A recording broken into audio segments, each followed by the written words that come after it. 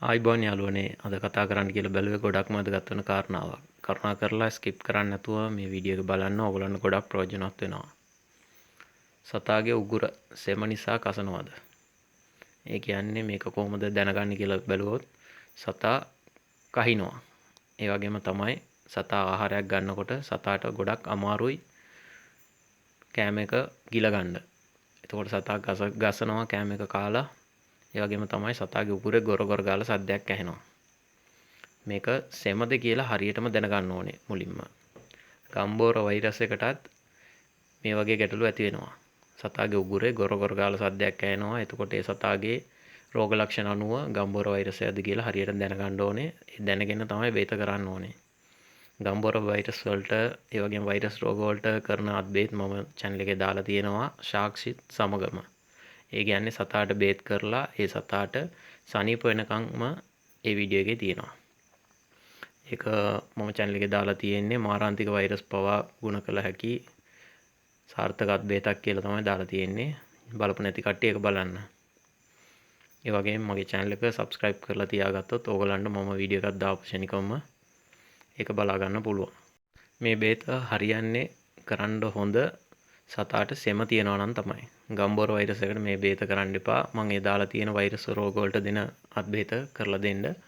ඒක 100%ක් සාර්ථකයි. ඒක සාක්ෂි ඇතුවම ඔප්පු කරලා තියෙන්නේ. අනිත් එක මේ වීඩියෝස් හැම දෙයක්ම මම අත්දැකීමෙන් කරපු දේවල් තමයි ඔයගලන්ට ෂෙයා කරලා තියෙන්නේ. ඔයගලන්ට බය නැතුව මේ දේවල් කරන්න පුළුවන්. අවුරුදු 30ක පළපුරුද්දක් ඇතුළත තමයි මේ දේවල් කියන්නේ කරන්නේ. දැන් අපි යන් වීඩියෝ එකට සතාට සෙම තියෙනවා නම් ඒ වගේම සතාගේ උගුරේ කැසීමක් තියෙනවා නම් ඒක කොහොමද සනීප කරගන්නේ කියලා. මේ සම්බන්ධයෙන් තව සෙම සම්බන්ධයෙන් ගොඩක් වීඩියෝස් මම channel එකේ දාලා තියෙනවා. දැන් අපි යම් මාතෘකාවට මේ බේත කොහොමද හදාගන්නේ සහ කොයි විදිහට දෙන්නේ කියලා.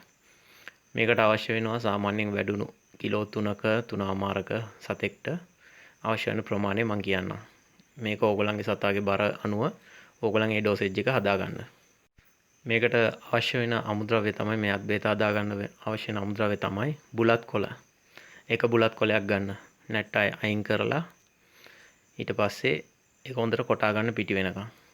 ඊට පස්සේ ඒකට ගම්මිරි සැට 7ක් ඕ 5ක් දාන්න. දාලා මේ ටික හොඳට පිටි වෙන්න කොටන්න.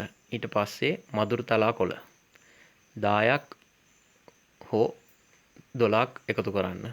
මේ ටික එකතු කරලා ගුලියක් වශයෙන් හොඳට කොටලා ගුලියක් වශයෙන් හදාගෙන ඇඟිලි පුරුකක තරම් ගුලි දෙකක් හදලා ඒ සතාට ගිල්ලන්න පුළුවන්.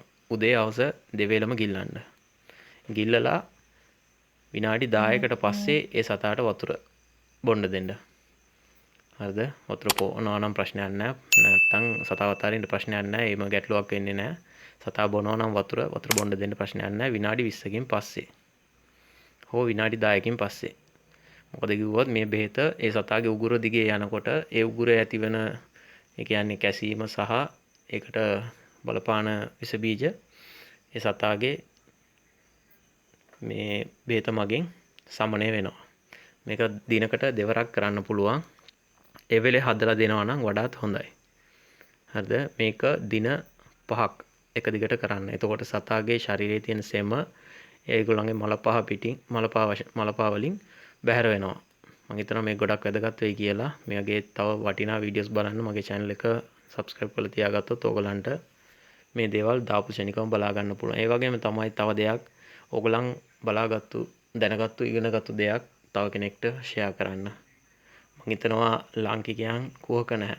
ඒගොල්ලන් ගොඩක් දැන් තියෙන නව සමාජය Taman දන්න දේ තව කෙනෙක්ට කියන එකට අකමැති වෙන්නේ නැහැ. ඒ දේ මම හොඳට දන්නවා. ඒ වගේම තමයි ඒ දේ ගැන මට 100%ක් ෂුවර් එකක් තියෙනවා. ඒ හින්දා තමයි මම මේ දේ කියන්නේ. ඕගලන් දන්න දේ තව කෙනෙක්ට දැනගන්න ෂෙයා කරන්න. එතකොට තව කෙනෙක් ඒ දේ ඉගෙන ගන්නවා. නැත්තම් ඕගලන් මේ දේවල් ලියලා තියලා හරි තව කෙනෙක් අහනකොට ඒගොල්ලන්ට ගැටලුවක් ඇති වුණොත් මේ දේ කියලා දෙන්න. කාර්නික ඉල්ලීමක්. මම හිතනවා මේ වීඩියෝ එක ගොඩක් වැදගත් වෙයි කියලා. ආයිබෝවන් ජය වේවා.